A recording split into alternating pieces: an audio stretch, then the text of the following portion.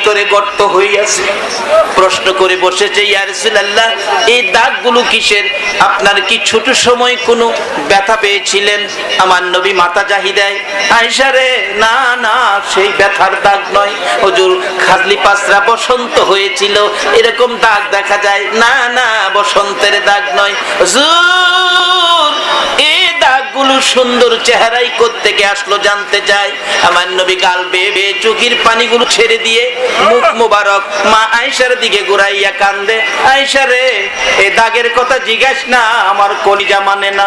আয়েশা রে, এই দাগগুলি বসন্তের দাগ নয়, ছোট কালের আঘাতের দাগ নয়, এ দাগগুলো হলো রে আয়েশা তাইবের জমিনের যুবকদের পাথরের আঘাতের দাগ। এরে বাবা যুবকেরা, কারা আজকে নবীর ভালোবাসায় মাহফিলের আয়োজন করেছো? কে তোমরা সেই যুবক? কোন মা তোমাদেরকে পেটে রাখছে? আমার মন বলে তোমাদের জন্য আমার নবী ফুলসিরাতের ঘাটে দাঁড়ায়া থাকবে।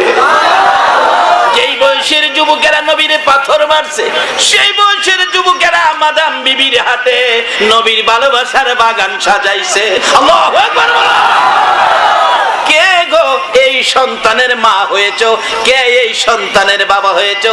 তোমার কলিজার টুকরা সন্তানেরা নবীর প্রেমের বাগান সাজাইছে। আল্লাহ তাদেরকে হায়াত দেখ, সকলে বলো। মা আয়েশা সিদ্দিকা বলেন, ইয়া রাসূলুল্লাহ, এই দাগগুলি কি তাইবের জমিনের যুবকদের পাথরের আঘাতের দাগ? ও আয়েশা, নবী গো, এই দাগগুলি যদি আঘাতের দাগ হয়, মায়ের দাগ হয়, আমি দেখলেই আমার কষ্ট হবে গো নবী। আমি জানি আপনার দোয়া আমার আল্লাহ কবুল করেন, একটু দোয়া করে দেন দাগগুলো যেন পরিষ্কার হয়ে যায়, আমি আর কষ্ট পাবো না। আমার নবী চোখের পানি ছেড়ে দিলেন। আয়েশা রে, না না, এই কথাটা আর কোনোদিন বলবি না রে, এই মায়ের দাগ আমি দোয়া করে পরিষ্কার করব না রে আয়েশা।